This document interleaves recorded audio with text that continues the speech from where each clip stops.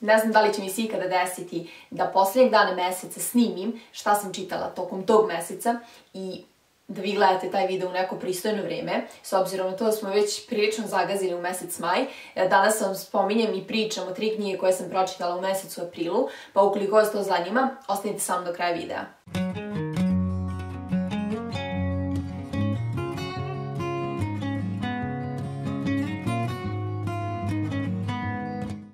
Prva knjiga koju sam pročitala, ili druga, ne sjećam se tačno, ali mislim da redosled nije toliko ni bitan, je Lavirint duhova 2, dakle drugi deo Lavirinta duhova, a poslednji deo u serijalu o groblju zaboravljenih knjiga. Konačno sam završila ovo.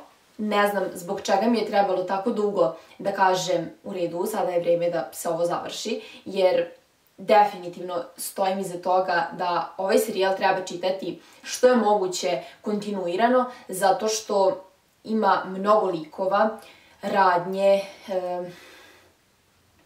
toliko povezanosti i vi dok čitate, recimo pročitali ste Senku vetra, pa prođe nekoliko meseci, pa čitate Igru anđela, pa opet prođe nekoliko meseci, izgubit ćete tu nit i mislim koliko je lako da se vratite u tu Barcelonu i stanete tamo rame uz rame s Danielom, mislim da je toliko teško da povežete sve likove, zato što su bukvalno i likovi koji su manje značajni dok vi čitate i mislite, ma nije on toliko bitan, kasnije se ispostavi potpuno suprotno. I zbog toga, čitav ovaj serijal, moj vam je predlog da ukoliko se upustite u tu priču, uzmete da čitate u kontinuitetu kako biste mogli na što lakši način da zaokružite čitavu priču, spojite sve slagalice kako god lepše zvučalo i prosto, ne znam, bit će daleko jasnije i mislim da će biti mnogo više uživanja tokom čitanja. E sad, konkretno što se tiče ove knjige, nije bilo toliko uživanja na početku, zato što, upravo iz tog razloga, nedostajao mi je taj kontinuitet. E sada, Lavirint duhova 1, kada se završi, bukvalno odmah potom prva stranica ove knjige je nastavak. Dakle, kao da su, to je zapravo jedna knjiga, ali podeljena u 2 dela, ali ne ono, ne u smislu, znate kako to obično biva sa nastavcima. Obično bude spojena radnja, ali prođe izvesno vreme ili ovo je bukvalno iz scene u scenu. Ako sam ja to dobro shvatila i pročitala, tako da nisam imala utisak da, mislim da sam pročitala zapravo ovu knjigu sledeću između Lavirinta duhova 1 i 2, ali pošto je to prošlo nešto malo vremena, mogla sam lako da se vratim u ovo i da nastavim tamo gde sam stala bukvalno. Neću više pričati o ovome zbog toga što planiram da snimim, dakle, poseban video u kome ću pričati o čitavom ovom serijalu, jer mislim da taj serijal to zaslužuje i dosta vas mi se javilo kako bi voljela da gleda taj video, te ću se ja potruditi da to će biti jedan izazov, ali nadam se da ću uspeti da, odnosno ono što sam zamislila, pretočim u reči i u jedan kraći video, to uvek kažem, ali ne obećavam ništa, kako bih vam pričala o, dakle, čitavom serijalu od prve, ne znam šta mi je danas sa, nije mi možda dan za snimanje, pošto mnogo zapucavam, ali hajde.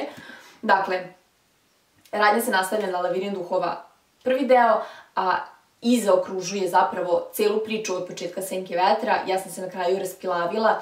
Možda je bilo očekivano, ali nekako nije mi bilo ni na kraj pameti to, zato što, kao što sam negde ispomenula, nije mi cilj uvek kod svake knjige da ja sada toliko razmišljam i pretpostavljam šta će biti na kraju.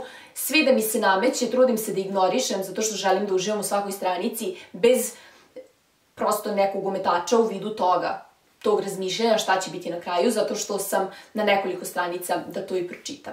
Eto, opet sam rekla da neću dugo, ali očekujte u nekom narednom periodu, trudit ću se što pre dok su mi još utisci onako sveži i dok imam u glavi čitavu tu ideju o tom videu i eto, nadam se da će vam se dopasti, ali hajde da ne pričam još jer tek je u pripremi.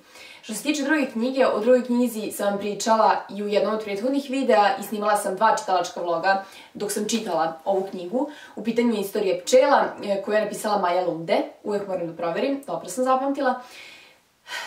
šta da vam kažem, a da vam već nisam rekla. Priča o tome kako su pčele nestale. Pratimo zapravo 3 lika iz kraja 19. veka, ako se dobro sećam, sadašnjosti, odnosno ne sadašnjosti, savremenog doba, to je neka 2007. godina i 2098. godina.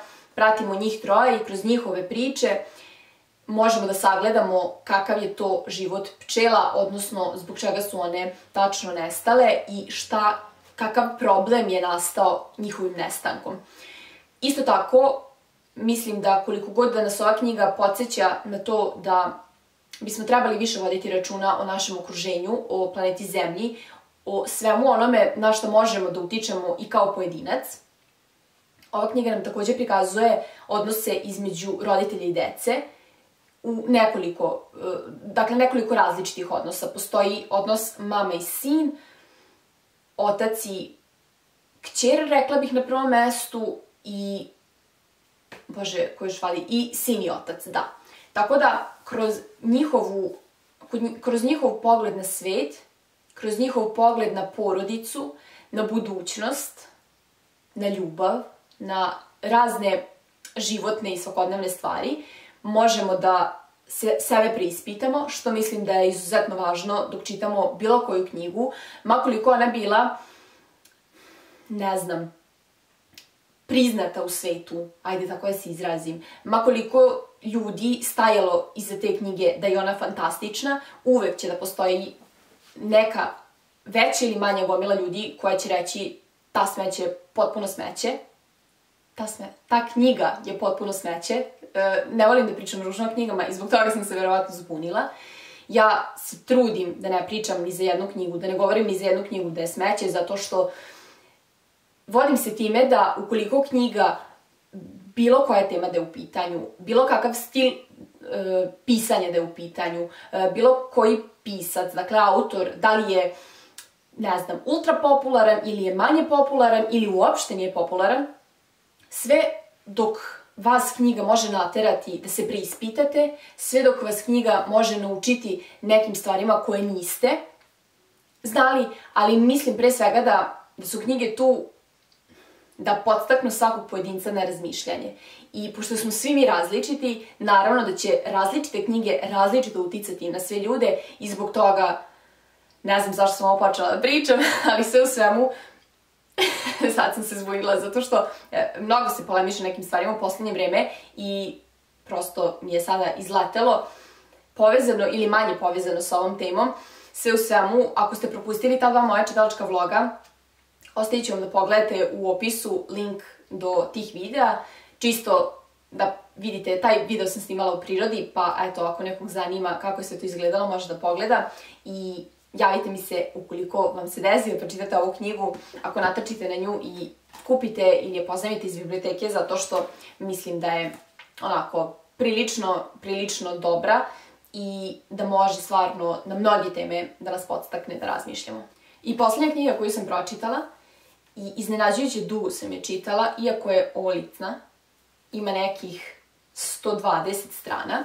U pitanju je knjiga Mladi trogloditi i ukoliko vam je misterija, pošto je meni bila, ja moram priznati da nisam znala šta znači to, pročitala sam pozadi, odnosno pozadi imate čitav jedan deo, sad ću vam reći, imate deo o Emanueli Pagano, onda imate deo o, mislim da je ovo prevodilac, i jedan mini priručnik kako govoriti o transrodnim osobama. To sam morala da pročitam pre nego što sam se upustila u čitanje radnje, zato što sam htela da vidim zapravo u što se upuštam. I da, zaboravila sam ponovo šta tražim. Sada ću da pronađem i da vam kažem šta mi je. Da, dakle, trogloditi su u antičkoj Grčkoj bili stanovnici pećina, a ova reč se danas u prenesenom značenju koristi za primitivne ljude. To je bitno za razumevanje naslova i to je zapravo, moram pažljivo birati reči kada pričam o ovoj knjizi, zato što nisam ni sigurna onaj deo gde je to je praktično teorijski deo o tome kako pričati, dakle kako govoriti o transrodnim osobama. Zašto? Zato što je ovaj roman o Adele koja vozi školski autobus kroz divne planinske predele francuske oblasti Ardeš. Ona skuplja đake i vozi ih do škole i kroz čitavu tu vožnju mi vidimo, meni je u stvari ovo delovalo kao da je ona pisala neki dnevnik, dakle vodila je unutrašnje monologe i mislila sam da, da vam kažem, pošto je Adele trans žena koju posle operacije prilagođavanja tela rodnom identitetu odbacuje brat s kojim je nekad bila bliska, posebno posle smrti roditelja. Ovo je tema o kojoj se, priznaćete, retko kad priča. Ovo je tema s kojom se ja nisam susrela do sada, odnosno jesam, ali vrlo malo, i zanimalo me da čitam o ovome, baš da bih imala neki uvid u to kako se to dešava, kome se to dešava, šta se to iziskuje, kakav trud i sve tome slično. Međutim, direktno u ovoj knjizi nisam dobila taj odgovor, odnosno, direktno sad sam se zbunila što sam htjela da kažem, Bože, ne znam, danas mi je očigledno, nije dan, ali izvinjavam se na ovim mojim izlivima zbunjenosti ili čega već, prosto ne mogu da kontrolišem, a ne mogu da sad seckam i ponovo snimam, zato što ovaj video mora da ide u nedelju, kako ne bih pravila pauzu, i to sad možda i nije toliko bitno, hajde da se vratim na ovu priču. Dakle, Adele vodi unutrašnje monologe vrlo često i ona, kako vozi tu decu, priča nam o toj deci i kroz sve to vi možete izvući nešto, odnosno pre svega kako se ona osjećala kada je bila u njihovim godinama. Prepričava neke, često ide iz sadašnjosti u prošlost, pa onda u neku budućnost, pa se vrati u sadašnjost, ali najčešće se vraća u prošlosti. I ja sam mislila da će to biti onako direktno napisano kako bismo mi imali baš onako uvid u to koliko je to teško, šta se tu dešava, kako se ona osjećala, ali nekako na jednostavniji način. Međutim, ono što sam dobila čitanjem ove knjige, ja sam mogla da steknem utisak kako je bilo Adele, zato što, ali u nekom drugom smislu. Naime, pročitala sam pozadi da je Emanuela Pagano završila, čini mi se, film, režiju ili kako već, nemam pojma, sve u svemu, vrlo slikovito opisuje čitav predeo, sva godišnja doba, tu visoravan koja se menja shodno tome, i kroz sve to ona prenosi osjećanja Adele. I to mi je bilo fantastično, zato što nisam skoro čitala nešto ovako. Nije lako štivo uopšte. Prvo zbog teme, a drugo zbog upravo tih opisa. Jer nije klasična dinamična radnja da vi čitate rečenicu za rečenicom i nekako zamišljate sve te scene i nešto se sve dešava brzo i sve tome slično, nego svaki put kada pročitate opis nekog predela, odnosno tog predela, uvek je ta visoravan i postoji neko jezero, čini mi se. Kada čitate to, vi ne možete da čitate to brzo, zato što vi, ako budete čitali brzo, nećete uspeti da zamislite sve te lepote ili trenutke kada priroda i nije tako lepa. Eto, rekla bih da ova knjiga takođe jeste za ljude koji su otvorenog uma ili koji žele da otvore um, i ovo je nekako, nije jedinstvena prilika, ali jedna od prilika da makar malo pokušate da razumete ljude koji su rođeni, a nisu u skladu sa sobom. I, kažem, obavezno taj deo pozadi je neka vrsta teorije i to mi je super, zato što stvarno nisam imala, kažem, ranije, nisam ni razmišljala na taj način šta je uvredljivo, šta nije uvredljivo, odnosno šta je prihvatljivo i kako je prihvatljivo pričati o tome. Zbog toga se ja nekako sada, nije da se suzdržavam, nego pazim šta pričam, odnosno ne želim da spominjem ni lice, odnosno pre svega rod i broj, ne broj, samo rod, ali sve u svemu preporuka je da prvo pročitate to pozadi, a onda da uplovite u priču koju vam priča Adele. Kažem, ima malo strana, ali je meni trebalo nekoliko dana. Ja sam zapravo ovom knjigom zagazila i u mesec maj, ali sam je završila, ne znam, 2. dana maja ili 3. pa sam nekako svrstala da je pročitana u aprilu. I to je to. Eto, ne bih više da vam pričam ni o ovoj knjizi, samo bih rekla da obratite pažnju na ovo.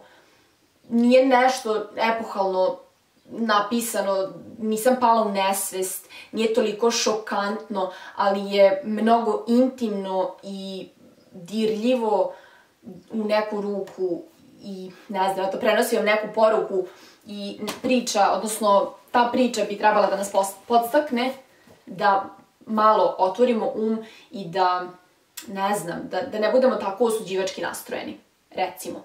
A u poslednje vreme mislim da mnogo ljudi na sve strane osuđuje druge ljude, što iz opravdanih, ali što iz neopravdanih razloga, mada bih rekla da ne postoji opravdanje uopšte za ljude koji osuđuju, jer sve to što na izgled deluje nama, ne znam, odnosno sve to što nama izaziva tu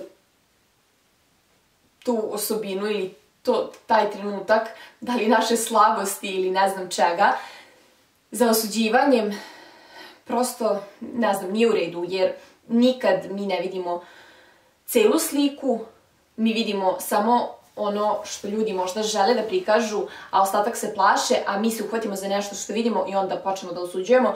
I ja mislim da je to jedna onako vrlo, ne znam, iscrpna tema.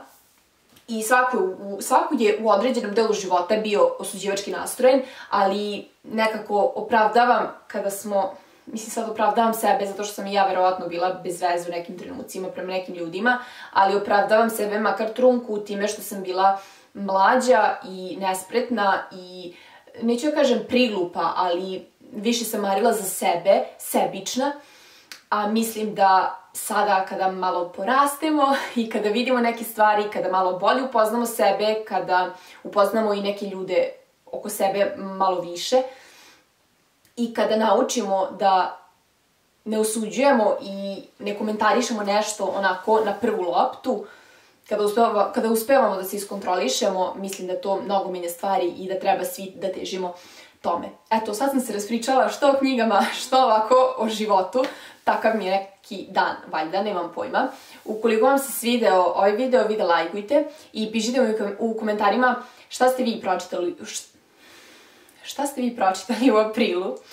Ne znam šta mi je, definitivno treba da se saberem. Uglavnom, ako ste čitali nešto od ovoga, pišite mi svakako vaše utiske ili ako vas zanima, možda da pričam o nekoj, u stvari pričala sam o knjigama pojedinačno, eventualno sad sam se malo više raspričala o ovome, ali eto, možda ću nešto na Instagramu zapisati da onako ostane trajno i to je to. Ja vas pozdravljam do nekog od narednih videa i nadam se da mi nećete zameriti što sam ovoliko brbljala i što sam ovoliko zapucavala i grešila, ali nadajmo se da će naredni put biti bolje. Ćao!